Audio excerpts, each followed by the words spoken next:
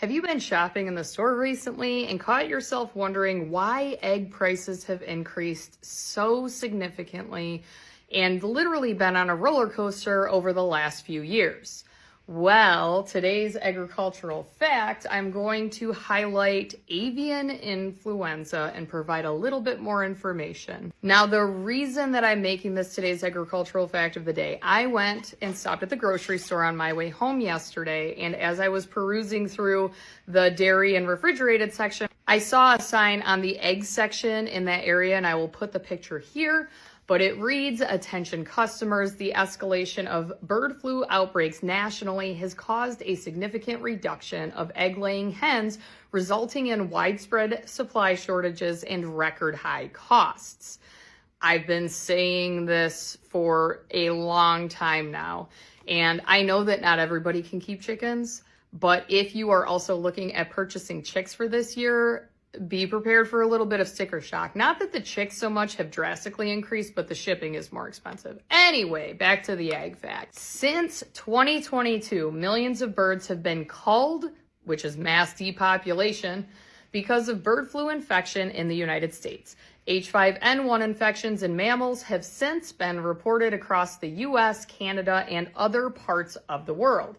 The 2024 infections among dairy herds were first reported instances of H5N1 causing disease in cattle, and that's mostly become an issue in the last 6-ish months or so. And as I mentioned before, California is currently in a state of emergency and has put a stop to all dairy cattle shows and poultry shows to try and prevent the spread of this. There is an area on the USDA APHIS website where you can look up recent infections of avian influenza, and it's aphis.usda.gov. And I know that some conspiracy theorists don't trust the government, but I feel like this documentation is pretty legitimate. So I've mentioned before, when a detection is found in a flock, they go in, they literally depopulate everything, which means that not that they do that, but they gas them. Now, the mass depopulation is only done in poultry or avian. This is not done in dairy cattle. So although dairy cattle are getting it from birds, fecal contamination, cross-contamination,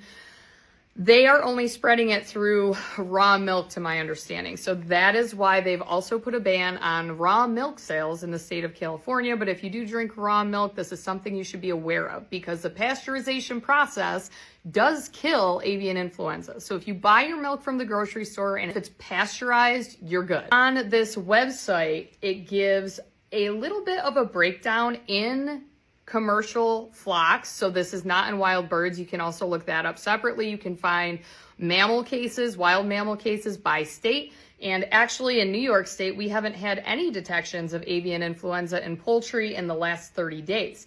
However, this gives a snapshot of the entire country. And overall, in the last 30 days, there have been 100 confirmed flocks that have tested positive, 49 commercial flocks, and 51 backyard flocks. That would be somebody like me. Or if you keep chickens, you got backyard chickens, that's what we're talking about. Overall, the estimated amount of birds that have been affected by this, 10.5 million. Now, I got down a rabbit hole in my small engines class this morning, and I pulled this up and started looking through it. So I will put a video here of the scroll down of what I'm seeing right now. And if you scroll down a little bit, you'll see the date that it was confirmed, the state, the county name, and what type of operation that was, in addition to whether it's active or NA, which I think means that it's not applicable for that situation. And then the estimated amount of birds that have been affected. So as I was scrolling through this, from Christmas Eve until now, it's been over 3 million birds that have been depopulated, and those are large flocks. For example, in North Carolina, Hyde County, commercial table egg layer production, 3,314,900 birds for egg laying. Another big one that I saw, California, Riverside County, commercial table egg layer, 1,105,500. And the last one that I'm going, now there are others that are under 1 million, but those are the big ones. There are also several hundreds of thousands, 675,000 birds. Like, it is wild. And some of these are also broiler production facilities. So the ones that produce the meat that you buy in the grocery store, the chicken breasts that you purchase in the grocery store, they're also affected.